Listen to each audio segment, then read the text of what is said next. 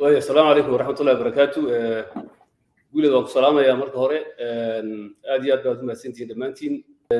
Arrinta gabadha la kufsaday toddobaadkii dhowaa runtii waa arrin fool xun oo sidaa ay idiin taabatay shacabka Soomaalida deegaanka iyo Soomaaliyeynta iyo wixii bini'aadam ay u taabatay noo taabatay arrin fool xun oo qof kasta oo muxuu ahaa waalidii uu garan karo xanuunka ay leedahay ay ahayd. waan ka xunnahay waan uga tacsiyeynay qoyskii ay dhibaatadu ku dhacday. waa hawl faldambiyeeda oo ka dhacday guri dhexdii.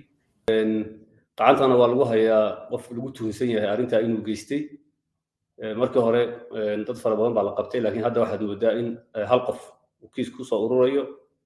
maxkamadaha oo la furayo xidhan awgeed ayaan hadda loo soo bandhigin laakiin 10 beri kadib insha Allah waxaan rajeynaynaa in la soo bandhigi doono oo sharciga hortiisa la keeni doono wixii